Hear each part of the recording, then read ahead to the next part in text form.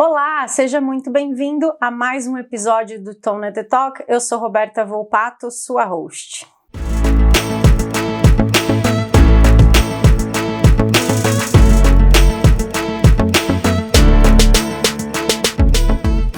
O Tona The Talk é uma iniciativa da QMS Américas, certificadora referência em normas de sistema de gestão de compliance e prevenção a suborno, a Q Academy, a Escola de Formação de Auditores para Normas de Sistemas de Compliance e o Estúdio Estratégia.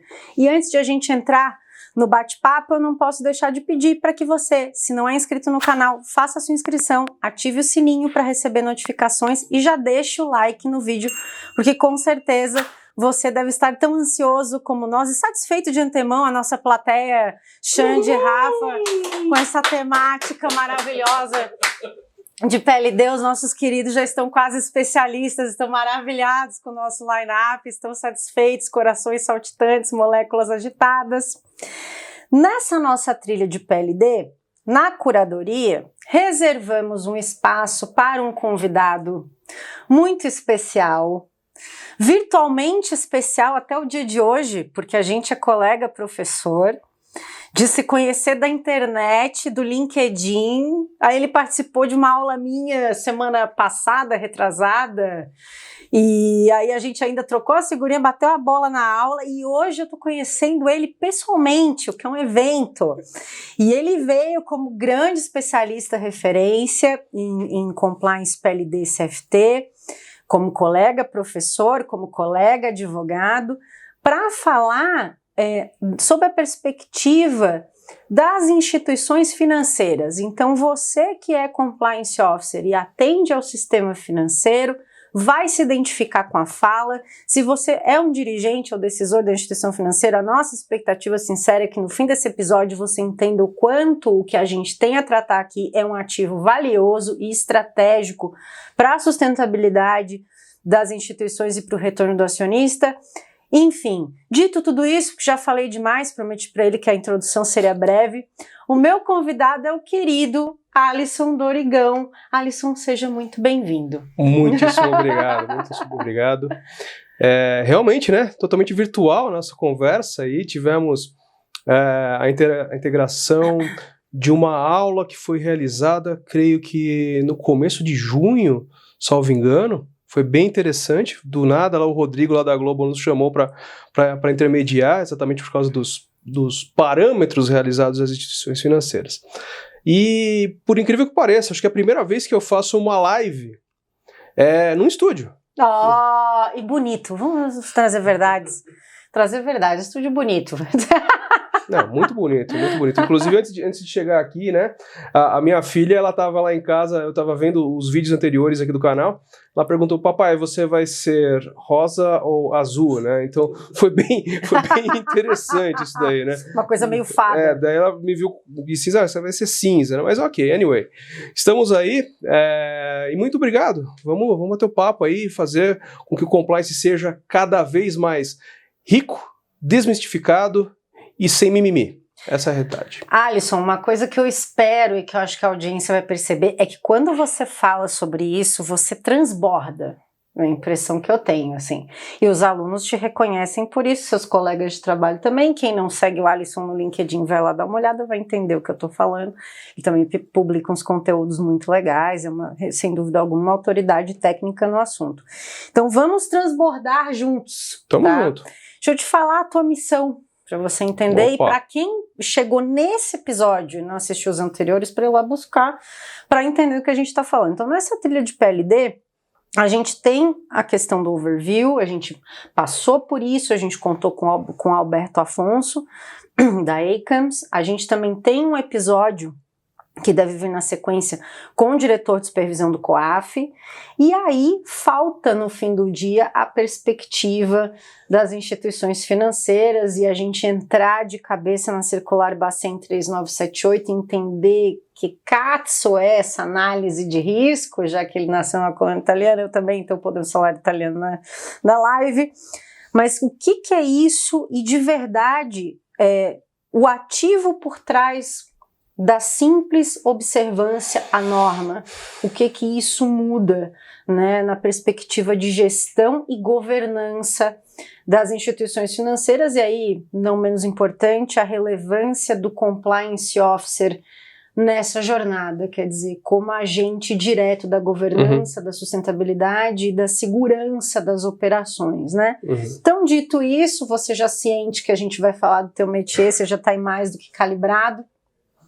Alisson, 3978 circular Bacen, o que muda na sua percepção frente às outras normas prudenciais que antecederam?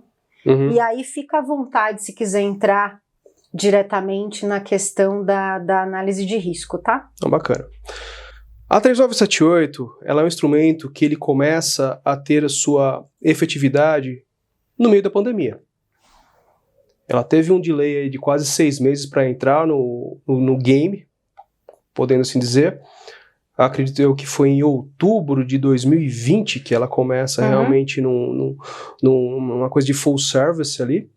E antes disso, nós tínhamos 2 elementos primordiais dentro dos bancos.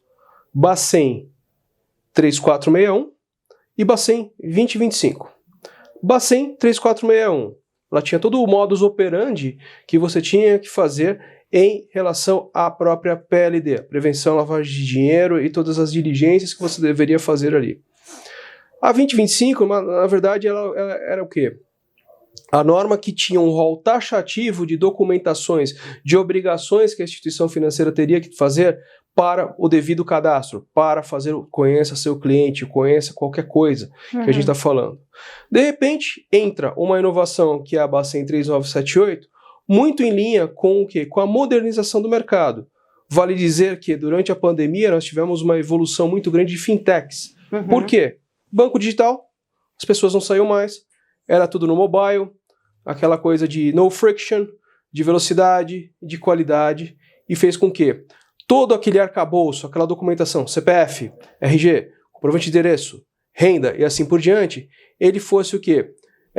Não obrigatório num primeiro momento, só que existiria uma obrigação por parte da instituição financeira ou da fintech ou quem seja regulado pelo Banco Central de trazer o quê? Segurança nesse relacionamento. Vale dizer que o banco, ele tem um relacionamento entre uma pessoa física e uma jurídica, ou uma pessoa jurídica e outra pessoa jurídica, e muitas vezes ele tinha que ter o quê? Um monte de documentações para fazer a sua due diligence.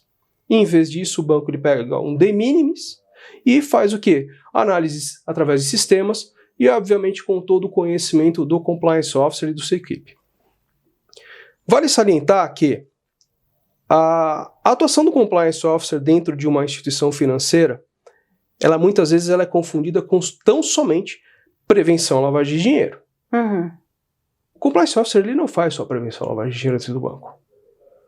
Ele faz prevenção à lavagem de dinheiro, ele faz análise reputacional, análise ética, ajuda na construção do código de ética, caso não tenha, da missão, visão e valores, da conscientização e dos treinamentos. Muitas vezes embaixo dessa cadeira você tem até a parte de controles internos e risco operacional, ESG, até DPO. E, por vezes, eu já ouvi o mercado falar que o compliance officer da instituição financeira ele é tão somente o cara da lupa da investigação com o âmbito de prevenção à lavagem de dinheiro, com o cordão umbilical com fraudes. Não é essa a realidade. Dito isto, houve um avanço muito grande no mercado nacional, muito em linha com recomendações internacionais do próprio GAFI. A tão famosa abordagem baseada em risco. É sensacional, gera velocidade, gera qualidade, porque no fim das contas, Roberta, o que eu preciso como instituição financeira? Ter clientes. Perfeito.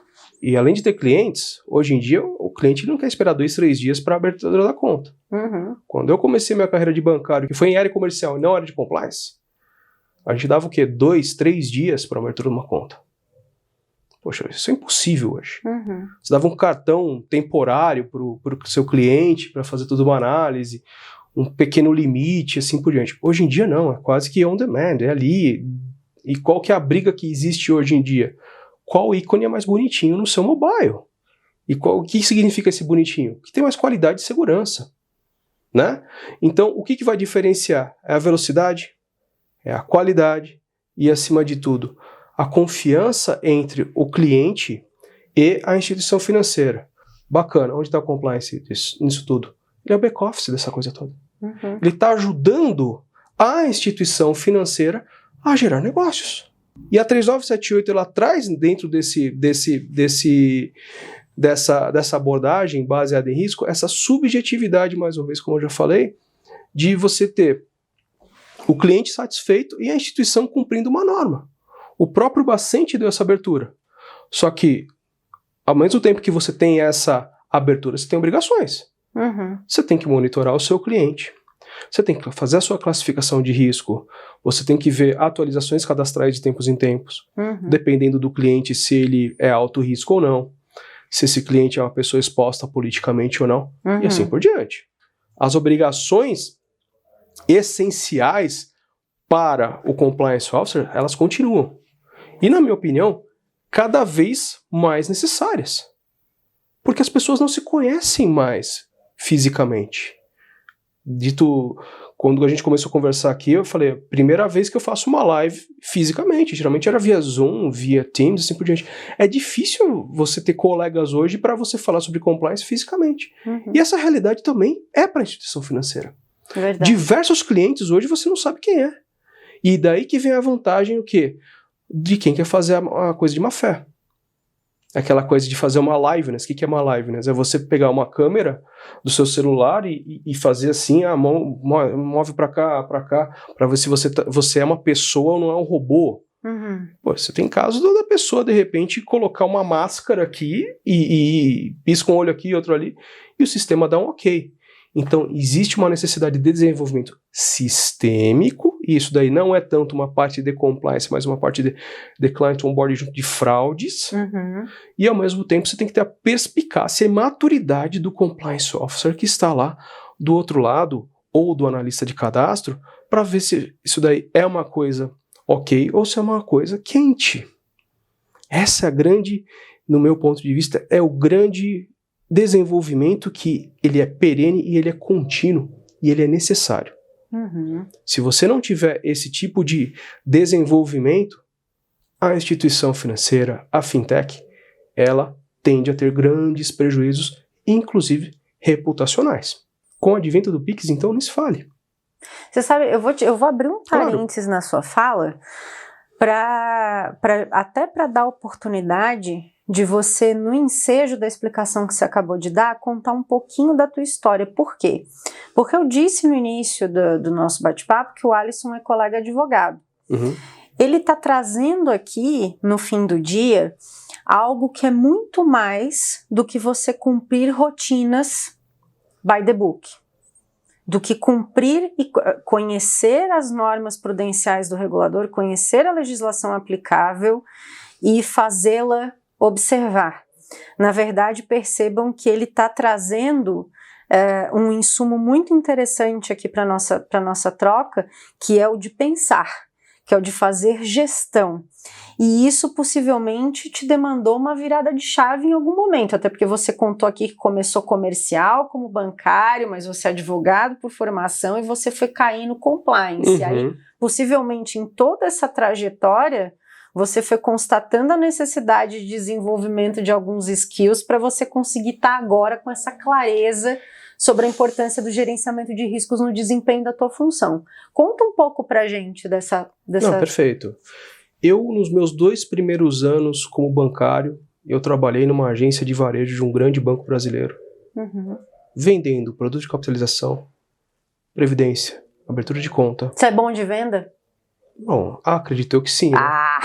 Compliance officer que não for bom de venda, ele morre na praia. Não, mas se você dissesse que era ruim, a gente já tava, né, cortando aqui, né?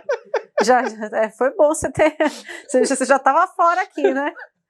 Não, olha, modéstia à parte... Você falou um ponto interessante. Compliance officer ele tem que ser um cara muito bom de venda. Tem que ser, porque senão ele morre na praia. Não adianta só ser quadradinho. Aqui está o artigo X, PTO da norma... Tem que ser bom de comunicar. Exato. Comunicar no sentido de compartilhar. Você tem que desmistificar. E quando geralmente eu falo nos meus treinamentos para os alunos compliance sem mimimi, isso significa o quê? Falar para todo mundo. É falar de compliance para todos da instituição que você atua. Porque não necessariamente a pessoa ela tem um viés de compliance. Ela tem um viés de business. Ela tem um viés de tecnologia, de legal, um viés de RH e assim por diante. Você tem que permear nas pessoas pelo menos um de minimis do que é a sua matéria. E é muito importante, officer, você não é polícia. Você não é o cara da estrelinha aqui para ficar multando ou falando sim ou não. O puro repressor, né? Não pode ser repressor. Você tem que ser amigo do business. Você não é a razão de ser da empresa. A razão de ser da empresa é o próprio negócio. Você está ajudando o negócio de uma forma ética constante. Basicamente é isso. Não é só chegar para o decisor também e colocar o óbice. Você tem que saber usar as suas habilidades de venda, inclusive para comunicar o valor para o decisor, sim, né, para o dono do capital. Não. Porquê? Em cima desse porquê, dá os trâmites. Com certeza. Porque não necessariamente, na minha última posição, como diretor de compliance de um banco, eu tinha tempo para falar todas as análises. De repente eu tinha um relatório, sei lá, de 50 páginas. Para falar isso para um board. Não, eu tenho que fazer um shortlist ali dos pontos quentes ali para falar para ele, olha, isso daqui pode dar problema aqui, pode dar problema ali, e assim por diante.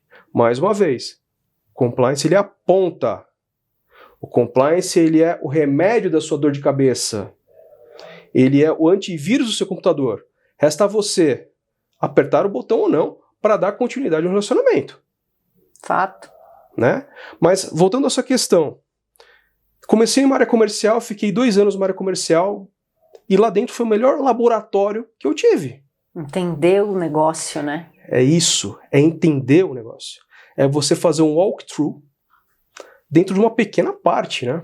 Estou falando de um banco grande que tem relacionamentos varejo, atacado de investimentos, de wealth management.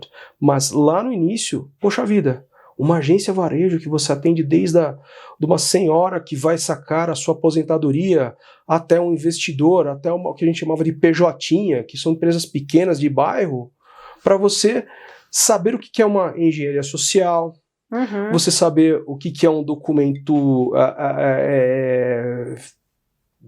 frio, porque você tem os e-learnings que o próprio banco trazia. Poxa, foi maravilhoso. Acabado de sair de uma faculdade de Direito, com uma vontade de crescer, já tinha a OAB no bolso, eu falei, eu não vou para fora. Eu gostava da investigação, eu gostava daquela coisa da lupa. Daí eu entrei na área de prevenção à lavagem de dinheiro, numa época que nem se falava a palavra compliance. Falava-se inspetor de prevenção à lavagem de dinheiro. E de repente, você começa a fazer todas as partes de investigação, comunicação ao COAF na minha época, quando eu comecei, era um sistema chamado PCAF500. Já ouviu falar nisso? Não. Uma tela preta. Você tinha que digitar, não cabia nem cedilha, não tinha Ctrl+C, Ctrl+V. De repente o sistema ele travava e tinha que começar de novo. Isso foi de quando? Só para pessoa... De 2008 até 2011. Nossa. Em acho que a partir de 2010 começou uma coisa mais friendly. Até eu falei com o Ricardo Leal uma vez sobre isso numa live que nós tivemos, que facilitou muito a vida das instituições financeiras, a forma de comunicação junto ao COAF. Perfeito. E foi isso, foi um baita de uma escola, e eu aconselho você, officer, não fique só dentro do seu departamento. Perfeito. Vá, faz o que eu chamo de shadow session, ou seja, fica de sombra dentro do negócio, das linhas de negócios. Geralmente os bancos são divididos em line of business. Vai lá, bate um papo com o head, vai lá e fala com o analista, quais são os pontos de oportunidades que você tem aqui. Você tem que aprender isso. Mais uma vez, o compliance ele é orgânico e cada instituição tem a sua necessidade de realizá-lo da melhor forma. Então é importante você, officer, tem esse fator humano, vai te ajudar a entender melhor o negócio, ter uma integração muito maior junto das áreas e, sem dúvida, você vai ter muito mais segurança na hora de dar um parecer. Mas tem um ponto aí, Alisson, também, que é o seguinte, né? Tem os dois lados. Eu concordo com você e digo que nos projetos em que a gente atua, o que a gente escuta é muitas vezes o compliance officer que entra e quer implementar algo que ele já viveu em outra organização, e usar como modelo para ganhar tempo, para ter celeridade, para dizer que está entregando, acabei de entrar e assim por diante. E aí a gente acaba ferindo a abordagem baseada em risco, né? Porque você está pulando etapas, quer dizer, não necessariamente a tua análise interna confere, é outro contexto, outras partes relacionadas, outro risco. E também tem, infelizmente, agora gestão para cima, né? Falei gestão para baixo, falar gestão para cima. Existem as instituições cujos decisores ainda tratam o compliance como algo burocrático e que quando encomendam isso do compliance officer, a implementação do programa em si, ou das melhorias, ou contratam consultoria, querem algo à la carte a jato. Quer dizer, então, mas eu preciso de um tempo para fazer uma imersão no negócio. Eu preciso pelo menos de um mês para entrevistar as áreas, para entender, não. Aí você vai terminar isso quando? Não tem método para fazer isso, você não consegue fazer isso rápido. E aí o que a gente percebe é que sim, daí volta a minha fala, né, concordando com você que muitas vezes há uma questão de compliance officer não ter a iniciativa de emergir no negócio, na cadeia, mas por outro lado, às vezes por mais que ele queira, falta o suporte da alta administração que não consegue enxergar que isso não é burocracia, que isso faz parte da agenda de gerenciamento de riscos do negócio como um todo e que vai garantir, inclusive, o resultado que se espera no final do exercício. Faz sentido a gente pensar que tem duas frentes aí, que a gente não tem só um único culpado nessa questão de, às vezes, não ter um walkthrough sofisticado? Roberta, faz todo sentido isso daí que você está falando, e eu acredito numa coisa.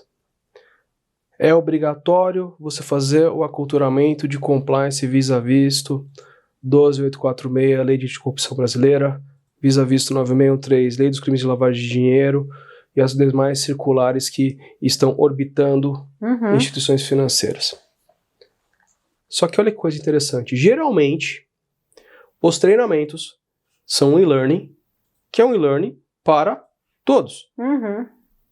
Será que o executivo que está acima do compliance officer ele vai ter tempo de ficar clicando? E será que a linguagem e os problemas trazidos servem a ele? É exatamente este o grande questionamento. Como é que você faz para aculturar quem está acima do compliance officer? Aliás, para quem compliance officer responde? Todo mundo fala do tone of the top, né? Do top-down structure. Não, porque a alta direção tem que dar todo o patrocínio. Bacana. Aí todo mundo bate no compliance officer. Né? E como compliance officer eu estou falando não somente o analista, o gerente, o especialista, eu estou falando de toda a cadeia. E no fim dessa cadeia de compliance officer está o quê? Um Chief Compliance Officer. Para quem que esse Chief Compliance Officer vai falar? Para o conselho. Ou de repente para o CEO da empresa. Qual que é a sua agenda com essas pessoas? Qual que é a oportunidade que este corpo diretivo dá ao executivo que está com seu CPF junto ao Banco Central, a CVM, a SUSEP ou qualquer outro órgão governamental, de ouvi-lo das dores que este officer tem para proteger a empresa? Gente, isso é uma coisa super complicada. Fato. Por quê? Nível de maturidade. O nível de maturidade que nós temos no Brasil comparado às instituições financeiras do exterior, e eu estou falando principalmente o nível de maturidade de um FCPA que tem nos Estados Unidos, ou um UK Bribery Act no Reino Unido e demais instituições que têm esse desenvolvimento de mais de 2 décadas, é muito discrepante.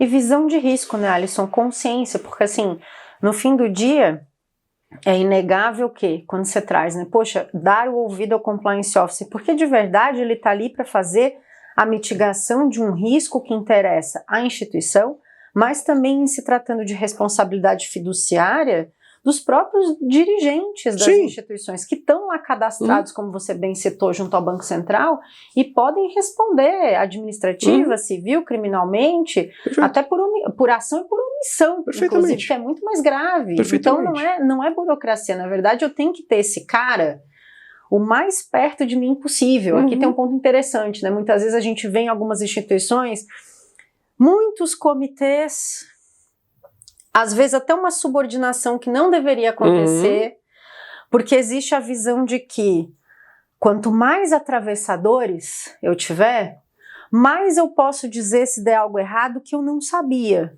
e a culpa não é minha. Então, se eu, dirigente, tiver que prestar contas e me sentir vulnerável, eu posso dizer que isso estava lá embaixo e que alguém tomou uma providência para me omitir.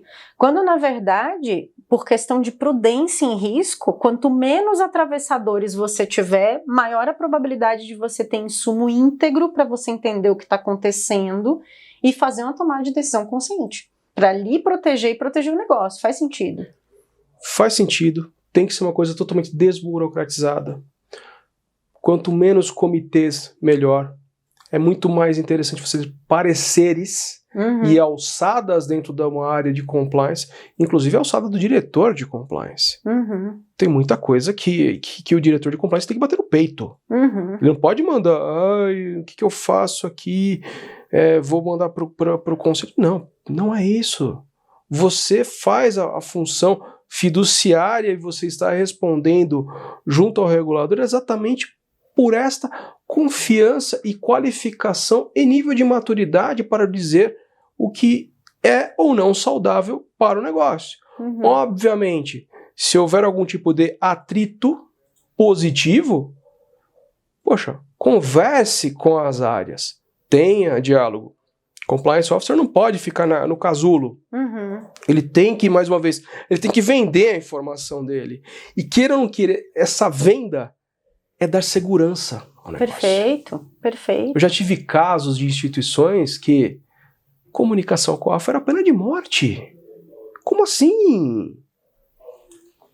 Você comunicar a COAF é uma comunicação de boa-fé de uma suspeita de um ato ilícito. Officer, você não é juiz. Eu não estou noticiando crime nenhum. Não. Estou levantando uma preocupação. Exato. Você está fazendo exatamente isso. Você está levantando uma preocupação, você está levantando uma obrigação, mas, peraí, é igual jogo de futebol, é pênalti, não é isso. Não está expulso, não. Não.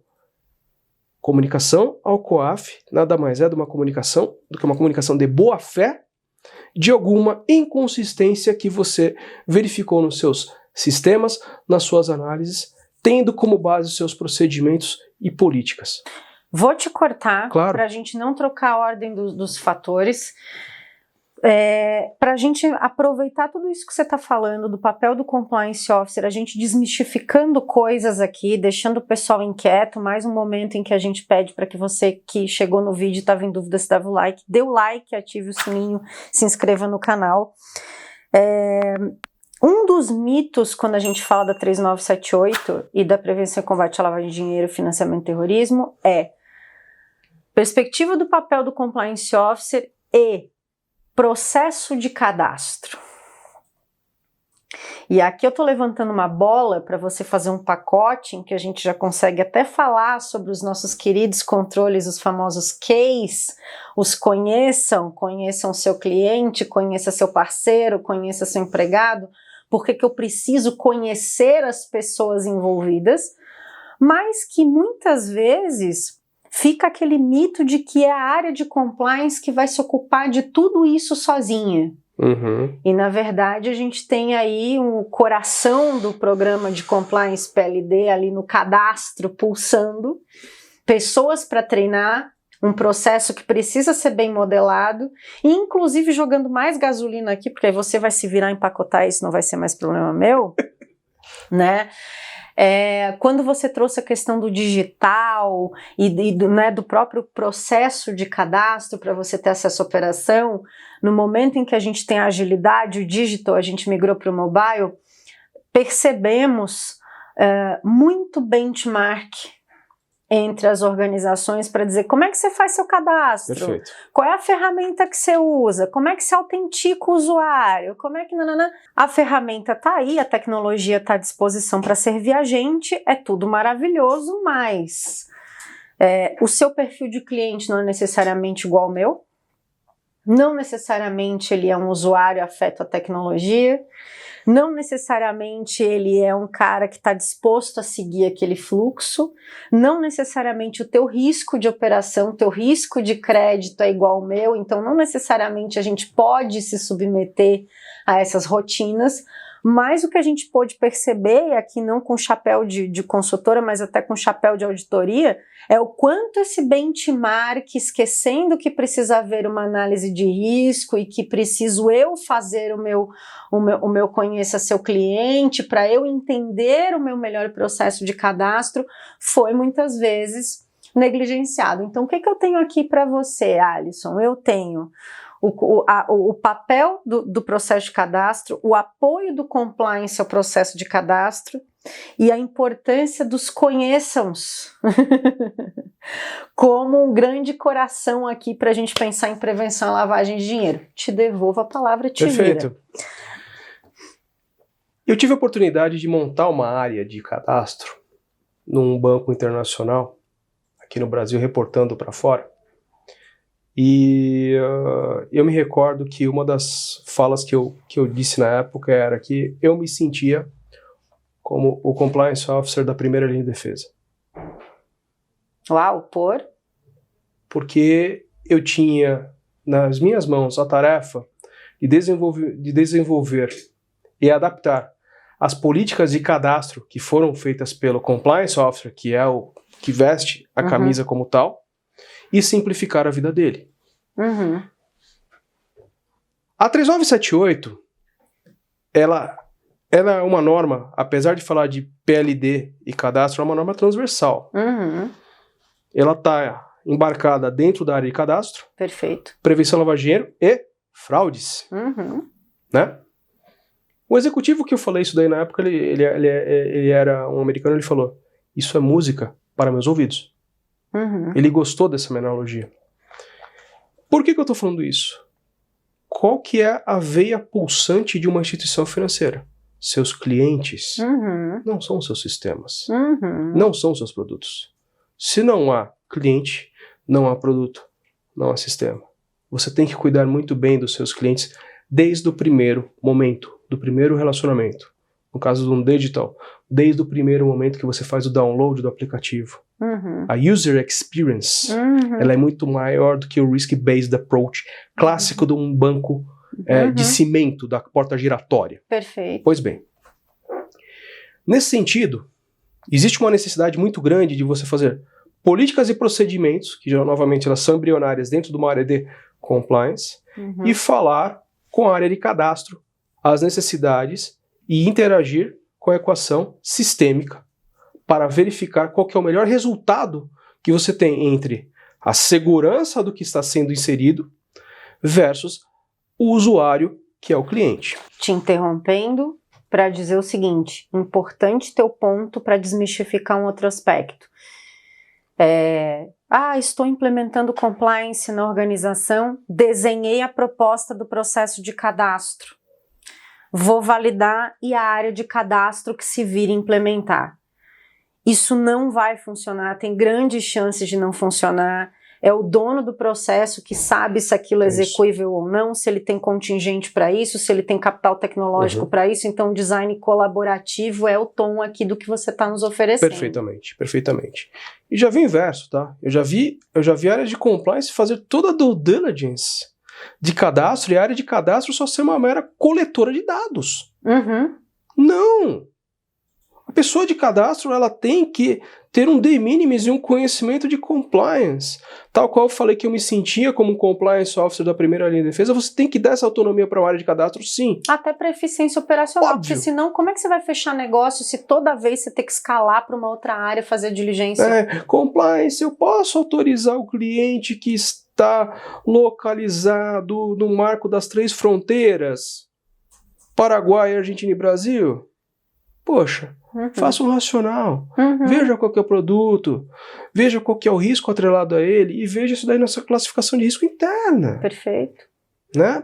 E mais uma vez, você fazer os KYs, que eu costumo falar que é um KY 360, costumo brincar que a instituição financeira é igual um átomo, e obviamente você tem as suas órbitas, são todos os KYs.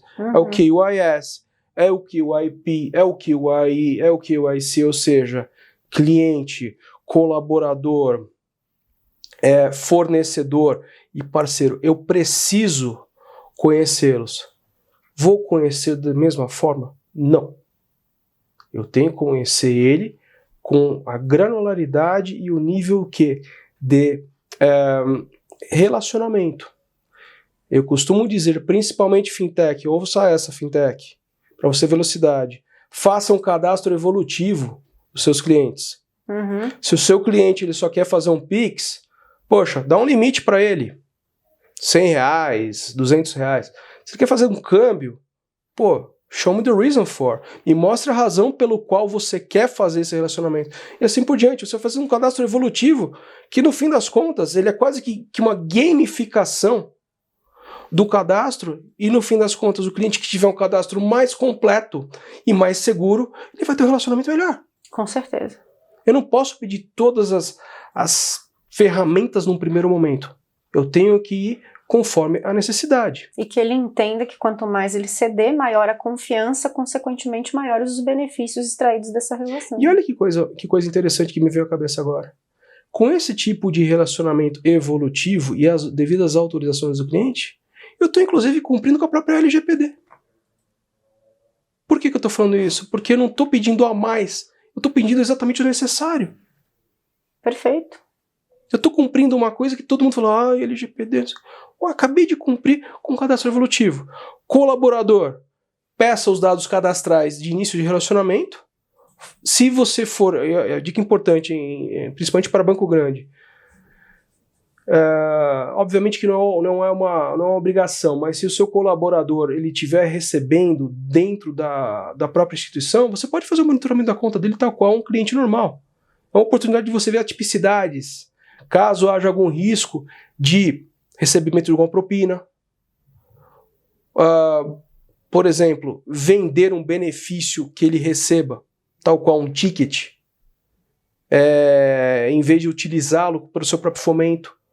Eu posso daí pegar esse monitoramento e ter uma célula específica de monitoramento para informar de recursos humanos desses atos potencialmente ilícitos ou contra a política. Aproveita o gancho dessa sua fala para desmistificar, para explicar para o pessoal, esclarecer, porque se fala muito do processo de cadastro, importante para o PLD, mas sob a perspectiva do cliente. Okay. Algumas organizações no dia a dia, nos diálogos que a gente estabelece, confundem e dizem não, conheça seu parceiro, conheça seu empregado, são controles que não necessariamente são prioritários ou caminham par e passo com conheça seu cliente. Tem um ponto aqui que eu entendo que cabe observar, mas evidentemente que você que vai continuar isso concordando ou não, que é na cadeia do fornecimento de produtos e serviços de uma instituição financeira, você não deve se ocupar apenas de entender quem é o seu cliente, quem está tomando crédito, porque o seu próprio sistema de controles internos é formado por pessoas que manejam sistemas, então é importante conhecer essas pessoas, que são seus colaboradores, para que você tenha a ética na tomada de decisões que permeiam esses processos de prevenção à lavagem de dinheiro, a fraudes de modo geral. E os parceiros, por sua vez, seriam aqueles que corroboram com a atividade fim e que precisam comungar dos mesmos valores institucionais justamente para evitar que você acabe sendo implicado em algum ilícito por conta da prática, né, se tornando mais exposto a risco de LD e FT por conta da prática de um parceiro.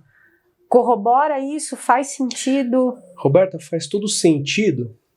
E daí vem uma teoria que, para quem é da área de direito, deve ter visto já na sua aula de direito administrativo. O fruto da árvore envenenada. Se eu tiver um fornecedor, um parceiro ou um colaborador praticando algum ato ilícito devidamente comprovado, mais uma vez, compliance officer, você não vai comprovar, você vai gerar os indícios. Quem comprova é o Estado. Você pode ter uma responsabilidade. Vamos supor que um parceiro meu, ou foi parceiro, porque vamos supor que eu tenha descoberto isso daí, ele estava usando as contas que ele estava utilizando dentro da minha instituição para fins ilícitos, de repente um recebimento de um valor que é oriundo de um crime. Se isso é descoberto, qual a diligência que o Compliance Officer fez nisso? Responsabilidade do próprio banco. É fundamental que haja esse tipo de monitoramento, inclusive contínuo. Monitoramento contínuo, classificação de risco do seu parceiro, do seu fornecedor. Pô, vou fazer classificação de risco do colaborador? Não. Mas, obviamente, que o colaborador ele vai ter o quê? Gestões de acessos, né, para limitar o que pode ser feito ou não. Eu tenho que ter os controles rígidos a partir do momento que eu tenho um Chinese Wall para gerar a governança. Porque senão daqui a pouco o legal vai ser compliance, o compliance vai ser comercial e assim por diante. Mas faz sentido, te interrompendo aqui, pensar o seguinte, especificamente quanto ao conheça seu colaborador. Faz sentido pensar que, não propriamente fazer uma avaliação matricial e tornar isso, tornar o custo dessa observância muito grande. Mas, por exemplo, trazendo aqui um pouco de ISO 37000 aí, quando você tem funções de confiança, funções de gerência, funções de decisão, e você tem colaboradores que, no processo em que você atualiza cadastro, que você vai checar, por exemplo, tá? Hoje eu vou ser contratada, você é da instituição financeira, me contratam, eu vou trabalhar na sua área e a princípio eu sou uma pessoa qualquer aqui, solteira, feliz, tá tudo certo. Daqui a 6 meses eu trombo num cara que é líder de uma facção, de qualquer coisa assim, me apaixono por ele, caso com ele, e aí, portanto, eu passo de alguma forma a representar algum tipo de risco. Sim ou não. E aí vem as perguntas, né? Quer dizer, será que faz sentido a Roberta permanecer? Será que ela tem que ficar nessa função? Será que para a função tal ela pode ser promovida? Qual é o risco disso? Essas questões, quando você está falando de confiança, poder de comando dentro de uma instituição, elas são caras. Talvez, voltando, né, para não parecer contraditória, e tentando achar uma miríade aqui, não controles tão sofisticados, mas ao mesmo tempo pensar que pode haver funções estratégicas e com maior grau de responsabilidade perante o regulador, que talvez observar essas pessoas e fazer uma checagem tenha seu valor.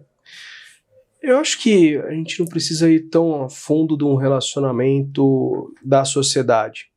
Vamos pegar um exemplo mais prático. Relacionamento entre colegas da própria empresa.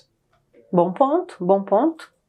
Se eu pegar um relacionamento entre colegas da própria empresa, existem empresas que elas falam, não pode ser do mesmo nível hierárquico, não pode ser da mesma equipe ou da mesma diretoria, de repente João tem que estar no departamento de compras e Maria no departamento de tecnologia. Se não houver conflito nenhum, ok, continua. Tem empresas que elas falam, depende do tamanho dela, não continua não. Dos dois, game over aqui, e vai pedir o desligamento. É uma questão de transparência e jogar o que? Desde o primeiro momento, a partir do momento que é o onboarding, ou seja, as boas-vindas do colaborador, que ele leia o código de ética. Eu costumo falar nos meus treinamentos que o código de ética, ele é a base de todo isso que a gente está falando. Você tem que, de alguma forma, prever esse tipo de coisa. E, obviamente, você não vai fazer um monitoramento sistêmico do seu colaborador. Imagina um banco com 30 mil pessoas fazendo um monitoramento. Não dá. Impensável. Não dá. Mas, hoje em dia, é muito fácil você descobrir as coisas.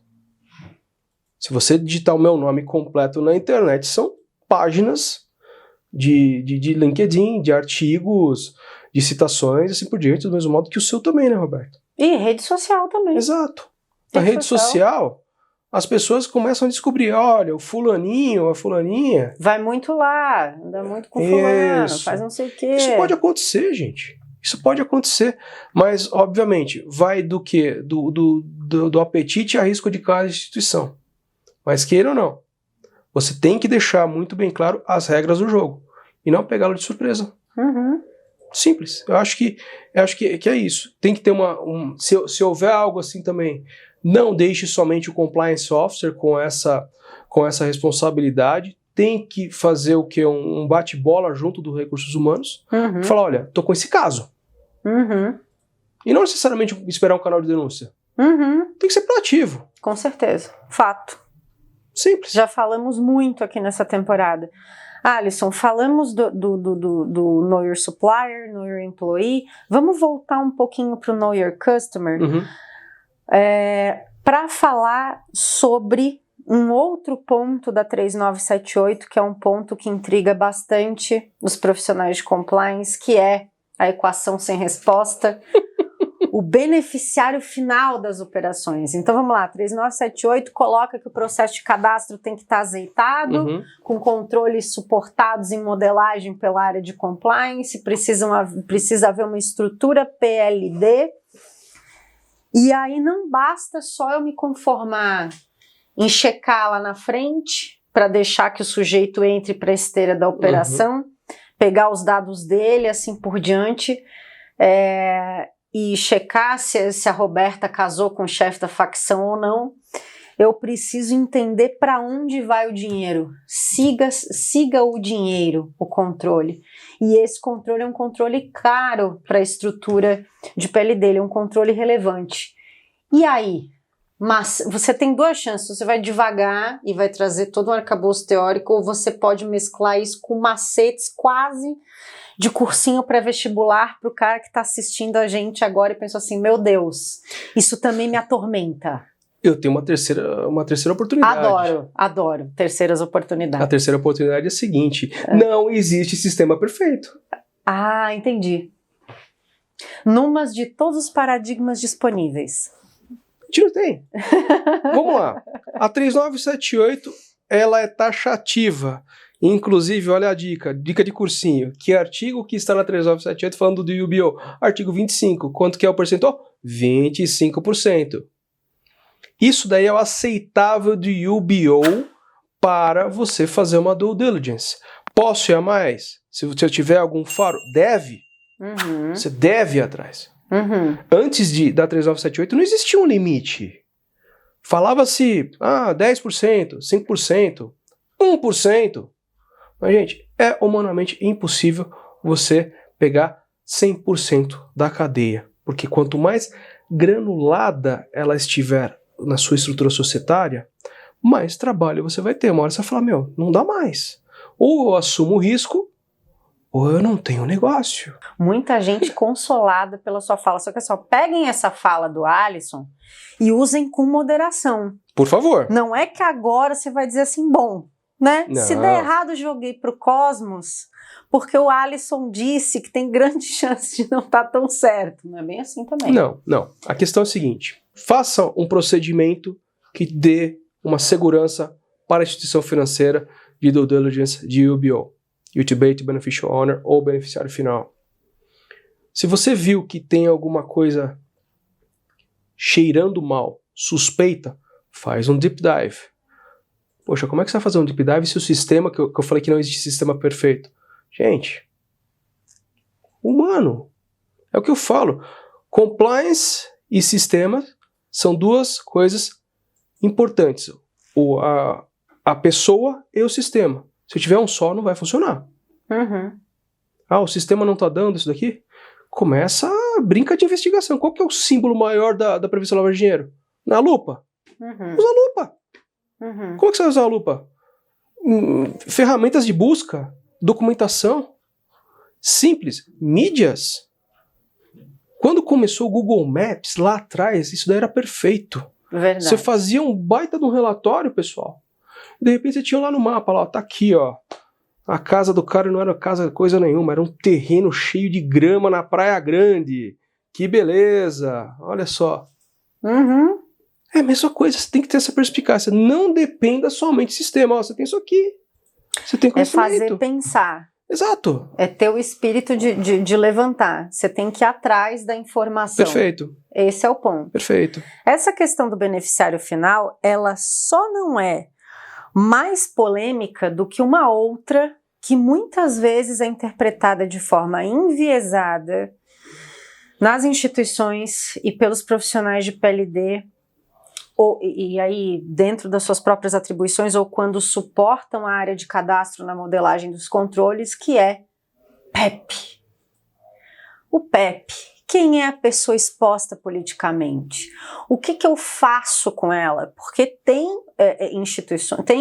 instituições que, em alguns cenários aí já vistos outrora, simplesmente vetavam a operação. O cara é PEP, eu não vou deixar entrar. Né? E aí completamente contrário ao que a gente estava falando de que a instituição ela tem que ter negócio. Óbvio. O fato de identificar um PEP, então assim, a pauta agora, professor Alisson, é PEP. O que são PEP? Do que comem, como se reproduzem. PEP é legal, né? O PEP é legal, o PEP é legal, não é legal?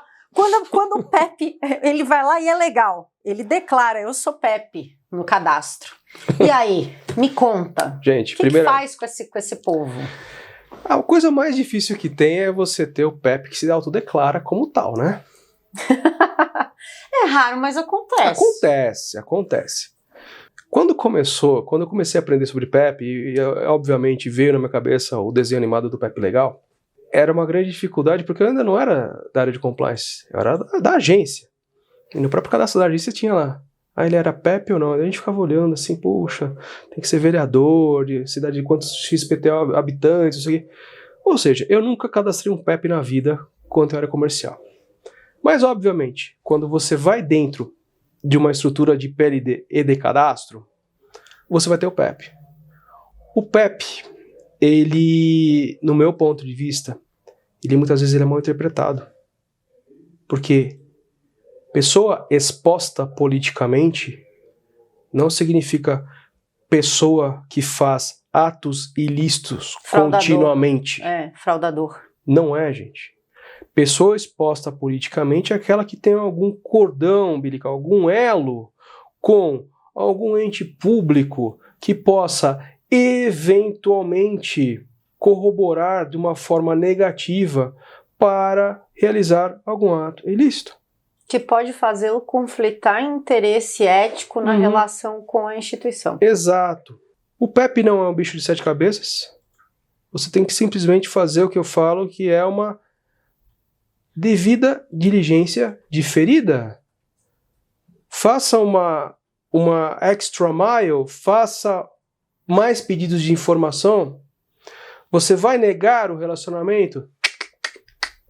Você vai eventualmente monitorá-lo. E caso haja algum tipo de suspeita neste relacionamento,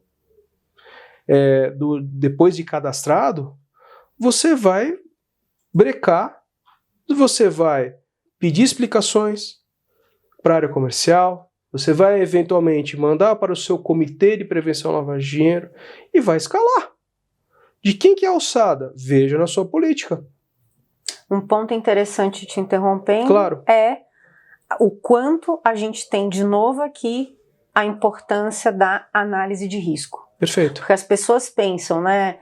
Não, para eu não ter risco, né? Então vou eliminar a atividade. Você vai eliminar o negócio? Não. Será que isso é necessário? Então, ponto, eu vou mitigar. De que forma?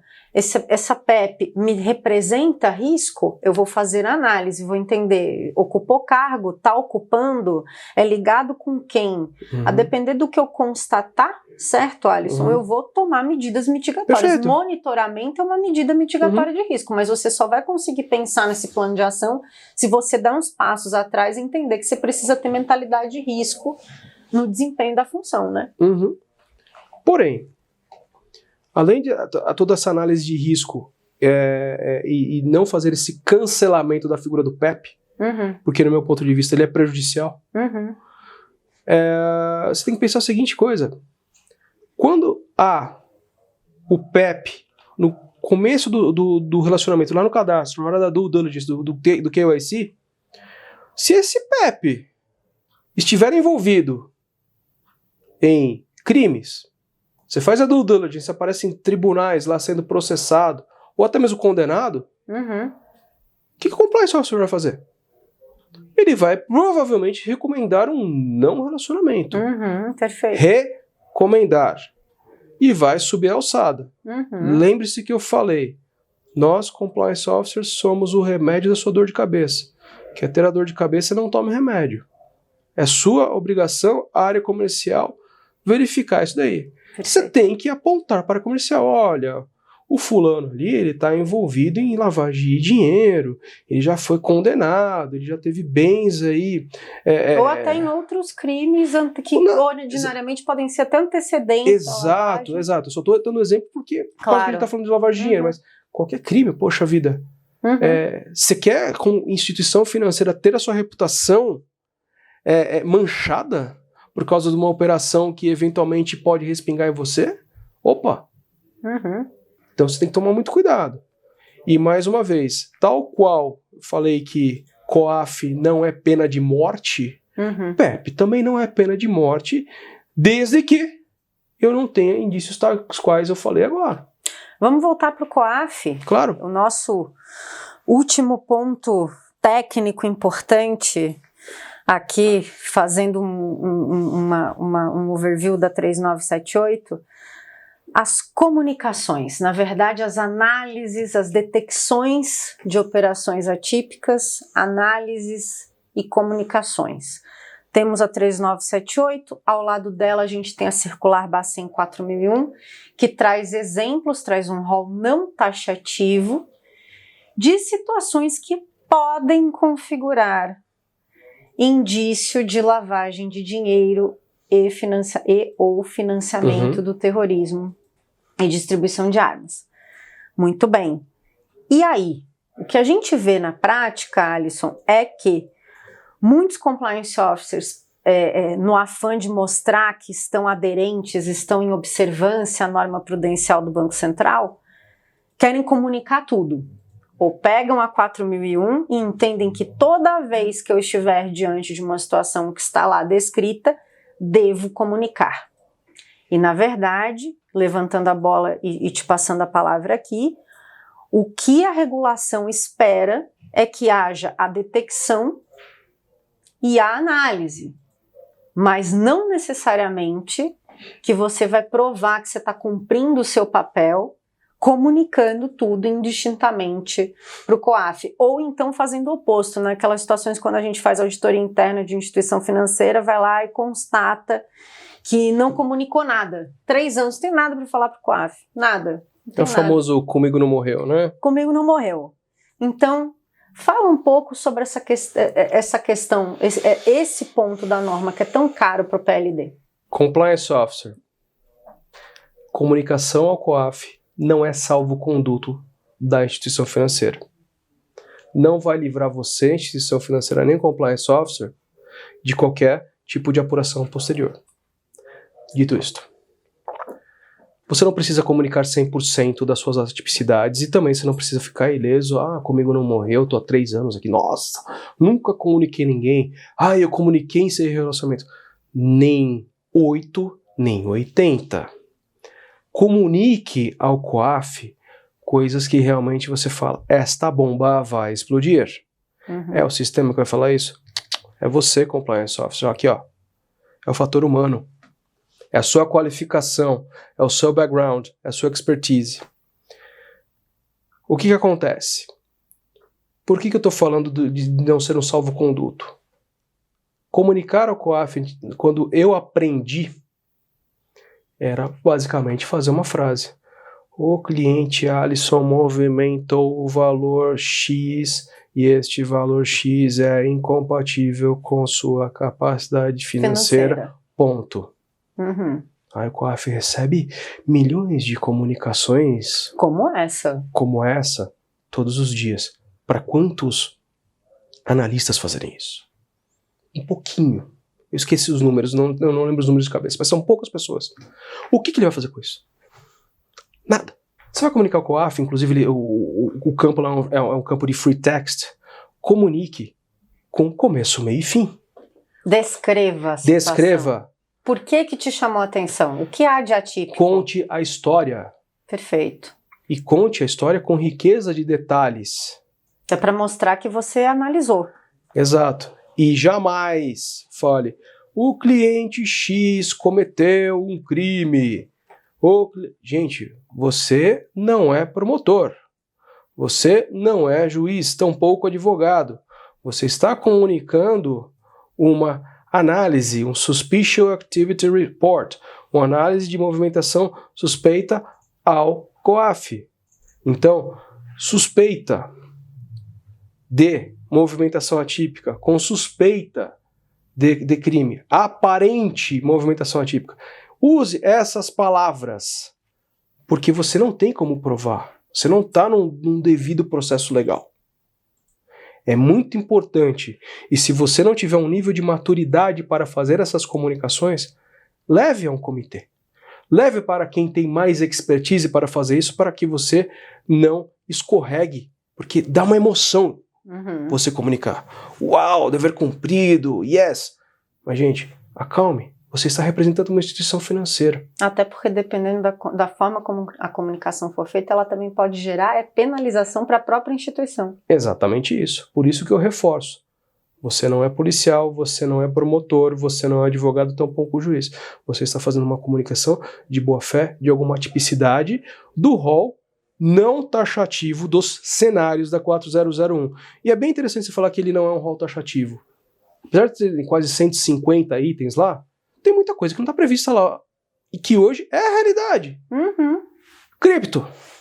Tá lá. E é justamente comentar se isso é um desafio, se isso muda, algum highlight que você deixa aí pro nosso, pra nossa audiência. Eu acho que o highlight é o seguinte, estamos com uma grande oportunidade de aprendizado compliance officer. Cripto, blockchain. Saber como que é esse mecanismo. Até para mim isso daqui é novidade. Poxa vida, a gente está falando de um dinheiro novo, de uma forma nova de você fazer transações. Que, de uma certa forma, ela dá mais segurança, porque por causa da blockchain, muito mais segurança até mesmo que o próprio câmbio. Mas eu tenho que ter o Eye of the Tiger, eu tenho que ter minha lupa lá para fazer o monitoramento.